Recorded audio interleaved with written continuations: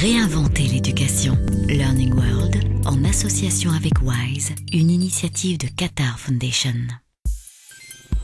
Assurer l'accès à l'éducation, de l'apprentissage de base au plus spécialisé, c'est la priorité absolue du sommet mondial de l'innovation pour l'éducation à Doha. En 2012, 6 projets ont été récompensés. Dans un précédent numéro, nous vous avons présenté le Fonds pour les enfants du Cambodge et le projet danois RoboBraille. Cette semaine, nous découvrons 2 autres projets et les appels à candidature sont ouverts pour les prix WISE 2013. Très peu d'écoles, des équipements peu fiables, des problèmes de transport, autant de facteurs qui peuvent conduire à ne pas scolariser de nombreux enfants défavorisés de l'Inde rurale. Mais il y a pire, certaines familles jugent plus important de marier le plus tôt possible leurs filles plutôt que de les envoyer à l'école. Y a-t-il un moyen de sortir de ces conditions misérables? C'est ce que nous allons voir. L'école Satya Bharti à Ladoval, un village isolé dans l'état indien du Pendjab, a tout d'une école normale. Elle est pourtant le seul espoir d'accéder à l'éducation pour des centaines d'enfants de la région. Mes parents ont décidé de me marier.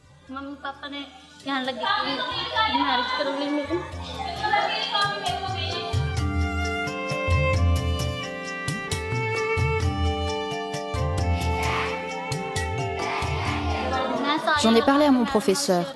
Elle est allée voir mes parents. D'autres élèves de l'école ont essayé de convaincre mes parents de ne pas me marier. De la primaire au secondaire, le programme de l'école Satya Bharti espère changer les mentalités dans les zones rurales de l'Inde.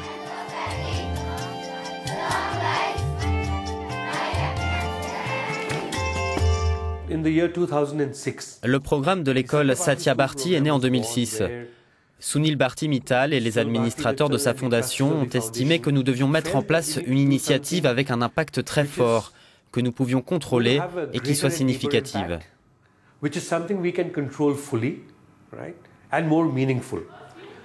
C'est comme ça que sont nées des écoles dans les villages pour fournir une éducation de qualité aux enfants de communautés marginalisées et sans privilèges qui ne pouvaient pas se permettre de se payer une scolarité ou d'aller à l'école en raison de circonstances familiales. Par la suite, mes parents ont réalisé leur erreur en essayant de me marier si jeune. J'ai eu la chance de continuer à étudier ici. Quand cette école a démarré en 2008, cette zone sur les rives de la rivière Sutlej n'avait pas d'école dans un rayon de 3 km. La majorité des villageois de cette région appartiennent à la classe ouvrière. Ils n'avaient auparavant jamais envoyé leurs enfants à l'école.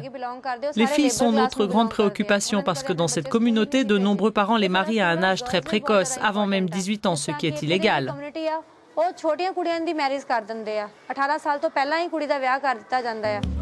Les filles sont particulièrement vulnérables. Elles sont nombreuses à être mariées entre 10 et 14 ans, une pratique illégale mais presque banale en Inde.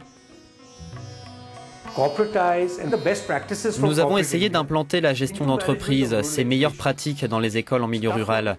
C'est une tâche difficile. 254 écoles, cela signifie 254 villages et les enfants de 4 à 5 villages vont dans la même école. Ce projet est présent dans 6 États indiens.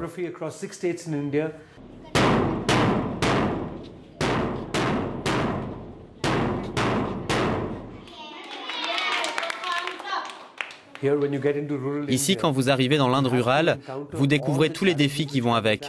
À savoir pas d'électricité pendant 12 à 14 heures dans la journée. Alors comment voulez-vous faire fonctionner vos ordinateurs? Les enseignants doivent se rendre dans des villages où il n'y a pas de transport public. Comment faites-vous pour trouver de bons enseignants et les garder dans les écoles? Ces enfants sont la première génération à étudier. Les parents n'ont jamais été à l'école. Alors comment pouvez-vous les convaincre d'envoyer leurs enfants à l'école? On ne parle pas seulement d'éducation de qualité ici, on parle de changer de vie. Je croyais que ma vie était finie. Elle a de nouveau recommencé et je suis déterminée à réaliser mon rêve de bien étudier et de faire quelque chose de ma vie.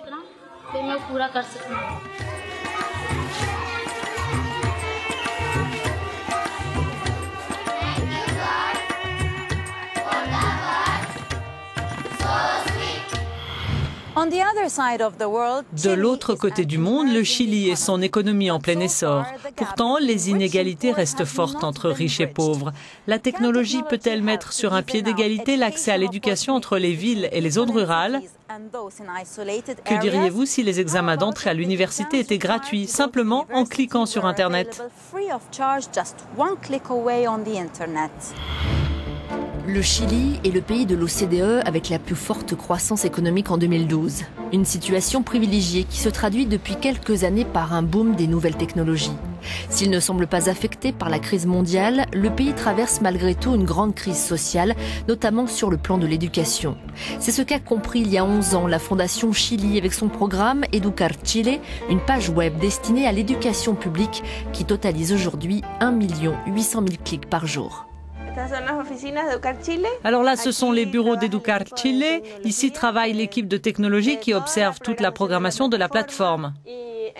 Dans ce bureau, nous avons l'équipe qui travaille sur les contenus, qui met en ligne les infos. Le cœur du programme consiste à assurer une éducation de qualité dans n'importe quel établissement du pays. Cela nécessite de développer une certaine autonomie, de pouvoir étudier dans n'importe quelle situation suite à un tremblement de terre ou quand une école est en grève ou tout simplement pouvoir étudier quand je le veux dans un bus avec mon téléphone portable. Nous savons que les élèves bougent et que tout ne s'apprend pas à l'intérieur d'une classe.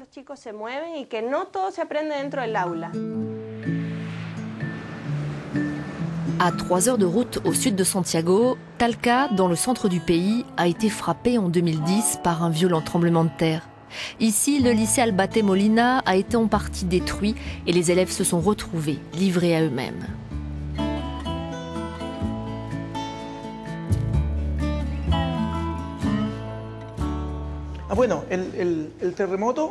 Le séisme s'est produit un vendredi, dans la nuit, vers 4 heures du matin. Il y a eu des mesures d'urgence. Personne ne pouvait sortir. Et nous étions très angoissés. Nous voulions savoir comment allaient nos élèves. Le premier outil qu'on leur a suggéré pour s'entraider, c'était Internet, pour qu'ils se connectent à Educar Chile, car là, ils allaient avoir le soutien que nous ne pouvions pas leur donner physiquement.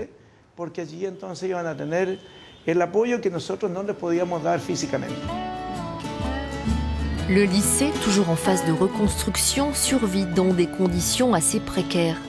Mais le programme Educar Chile a permis aux jeunes de continuer à étudier malgré le manque d'infrastructures.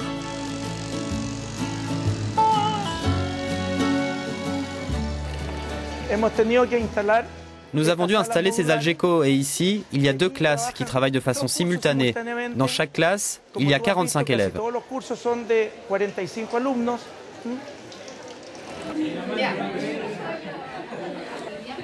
Une fois l'urgence passée, la direction et les professeurs ont décidé de maintenir l'aide scolaire fournie par le programme Educar Chile.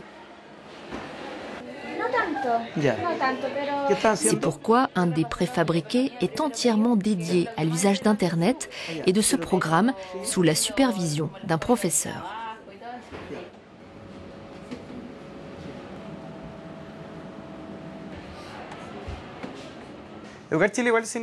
Grâce à l'aide d'Educar Chile, l'apprentissage était au même niveau que les autres établissements qui n'ont pas été touchés par le tremblement de terre. Car le programme Educar Chile vise avant tout l'égalité de tous et partout face à l'éducation. Dans le centre de Santiago, à l'université de génie civil, la plus prestigieuse du pays, nous retrouvons Manuel, un étudiant originaire d'une île au sud du Chili qui a pu entrer à l'université grâce au programme Educar Chile.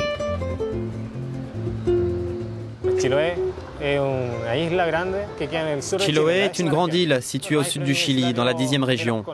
Il n'y a pas de bonne structure de préparation de l'université. J'ai connu Educar Chile à peu près en mars. J'ai commencé à étudier avec leur page, en téléchargeant des documents, des essais, des sciences principalement. J'étais un crack en mathématiques. Je suis fier d'en être arrivé là. Pour moi, c'était un rêve. Je voulais arriver ici. Educar Chile représente l'un des défis majeurs de ce pays pour les années à venir, l'éducation. Avant de nous quitter, voici les autres projets primés. Le réseau Christ-Oreille aux États-Unis qui fournit des études secondaires aux étudiants à faible revenu et les écoles scolaires flottantes au Bangladesh créées par une ONG. Merci et à la semaine prochaine. Learning World, en association avec WISE, une initiative de Qatar Foundation.